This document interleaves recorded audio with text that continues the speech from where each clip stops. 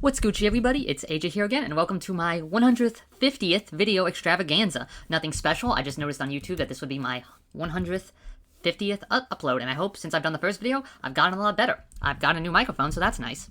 But in this video, I'm going to be covering something kind of a little bit more advanced in Python, and that is lambda expressions.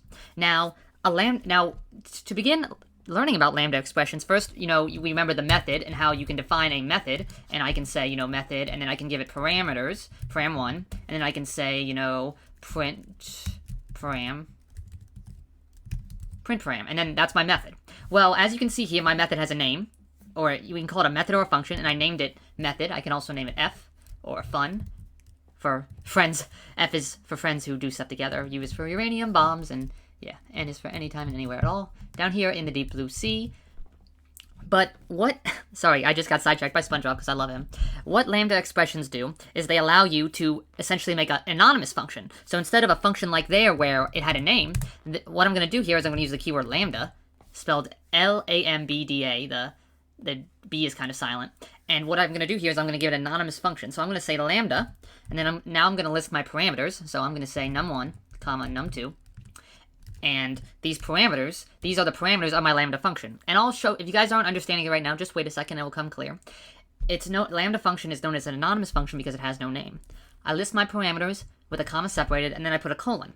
And now I can perform the operations of my lambda function. So I'm going to make a simple sum function.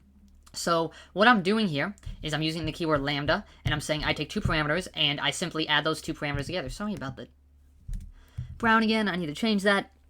And so now what I'm doing here is I'm assigning a function, I'm creating a function, I'm not naming it anything, but then I'm assigning it to add. I'm just going to give it to this add variable. And what's doing is add is now looking at this function. It now kind of has a mapping to this function, so it knows what to do. So for instance, if I was going to go to print and then say add, and then if I said 3, 4, well, and I run it, I'm going to get 7, as you see here. I'll run it, and if I ran it with 6, hopefully I would get 9 if I ran it again. Oops. I'd get 9 if I ran it again. And so with lambda, I'm creating an anonymous function, and I'm creating a mapping of what I want each input to do. So I'm going to take the first two inputs and sum them together and return that. So that's a pretty basic way for a lambda function to happen. Really, you wouldn't do anything like this because simply you're just adding two numbers. But it can be pretty cool for some extensive stuff. I'm going to end with an example on that. So let's say there's another really great thing to do in Python called the map function.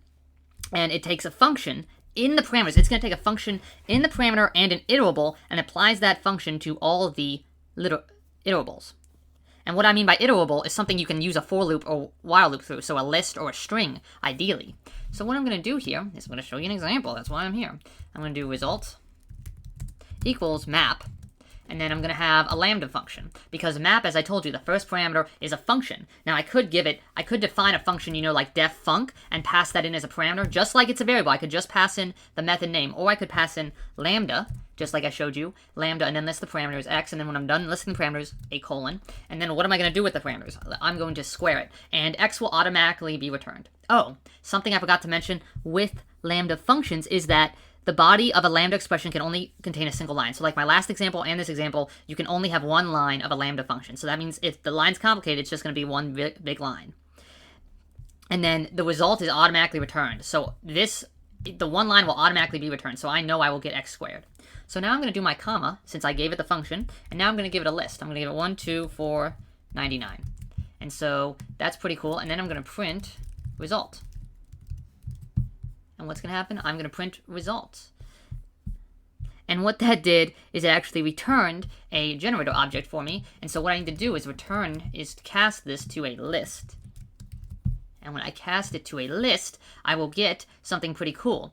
Map returns to me a generator object, which we haven't gone over. It just means that it's looking at the list in a different way, really. And so but to get it from that generator to a list, I need to cast it. And as you can see here, I successfully squared the list without looping through it, or the looping was done for me, and changed every element in the list. So I did 1, 4, 16, and 99 squared, 9,801. So as you can see, that was a really quick way to change everything in the list and iterate through it. Much less typing than a for loop, which is pretty gnarly. I hope you guys enjoyed this video. I'm thinking about making Ruby tutorials. I don't know if, my Python videos. Not many of my videos get many views at all, but I do like doing this. And so if any of you guys like doing this or want to see anything, please tell me. I'm open to anything. I'm open to helping people. That's why I make these videos. I was inspired by the new Boston, who, if you haven't checked any of his videos, they're far more extensive. He's done like every language ever. I was trying to do something he hadn't done, and there was nothing he hadn't done. He's a master. He's the man. I think he has a full-time job now, so he doesn't make any more videos, but I learned programming from him, so I love him. And that's it. So I hope you guys enjoyed this map function, and like and subscribe if you want to see more Lambda expression videos. There are a few other nice Lambda expressions, but I will continue with classes in the next video. I'll see you guys later.